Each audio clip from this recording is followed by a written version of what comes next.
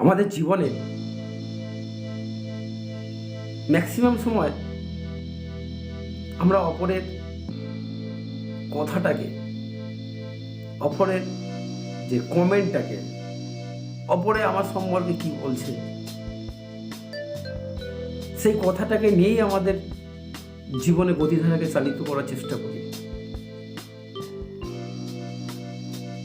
অপরের যে কমেন্টটা, অপরের যে কথাটা আমার সম্পর্কে বলছে সেটাকে আমরা সত্যি ভেবে নেই। ধরো না, কেউ তোমাকে বলল তুমি অবুঝ, তুমি বোকা,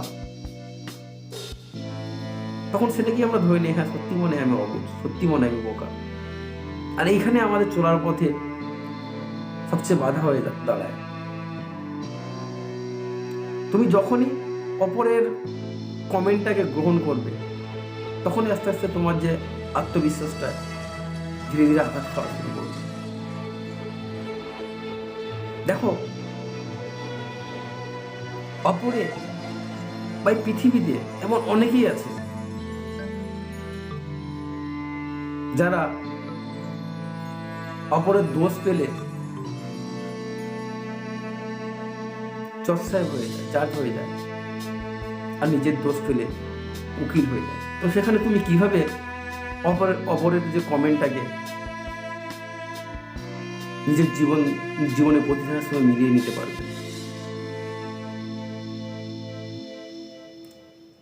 যার যেমন ক্ষমতা, যে যেমন প্রকৃতির, সে তেমন তোমাকে কমপ্লিমেন্ট দেবে, তেমন তোমার সম্পর্কে বলবে।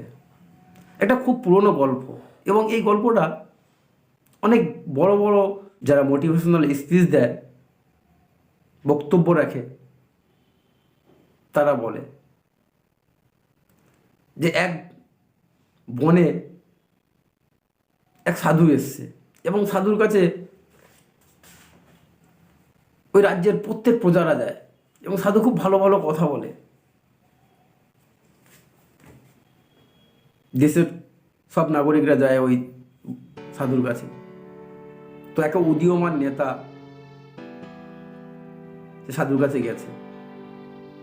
সাধু তখন আর যারা সাধুর কাছে গিয়েছিল তাদেরকে সাধু বোঝাচ্ছে, তাদের সাথে কথা বলছে। তো নেতা, এর একটা ক্ষমতা আছে, ক্ষমতার দম্ভ আছে, সে গিয়ে সাধুর সঙ্গে কথা বলতে যাচ্ছে। সাধু তার কোনো প্রতি উত্তর করছে না। সে একবার দুবার তিনবার সাধুর সাথে কথা বলার চেষ্টা করছে, প্রতি উত্তর সাধু করছে না।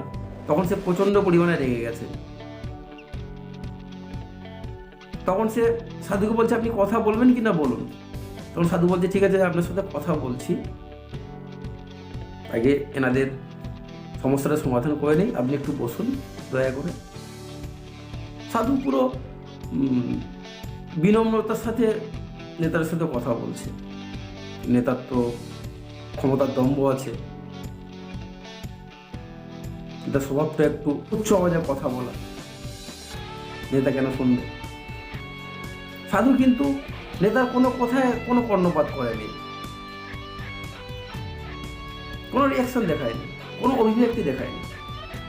তখন নেতারা রেগে গিয়ে সাধুকে উল্টো পাল্টা বলছে, তুমি চোর, তুমি তুমি ঠকিয়ে সবার থেকে পয়সা নিচ্ছ, তুমি সাধু না, তুমি অসাধু। তবুও সাধু রেগে যায়নি।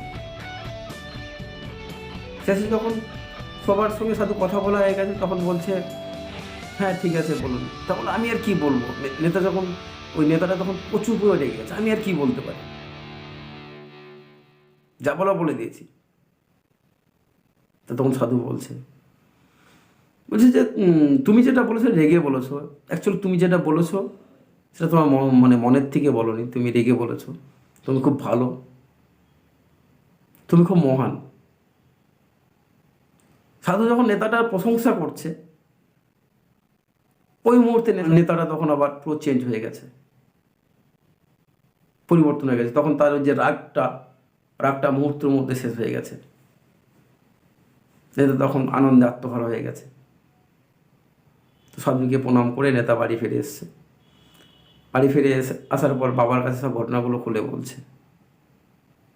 এবং খুব আনন্দের সহিত ছেলে বাবার কাছে এসছে। বাবা কিন্তু সৎ প্রকৃতির, বাবা অনেকদিন ধরে রাজনীতি করেছে, বাবা সব শুনে বলছে যে তুমি ওই সাধুটাকে যে কথাগুলো বলেছো, ঠক, জোচ্চোর, বাটপার, এগুলো তোমার কথা, এগুলো সাধু না কিন্তু। আর সাধু তোমাকে যে বলেছে খুব ভালো, মহান, ওগুলো সাধুর কথা,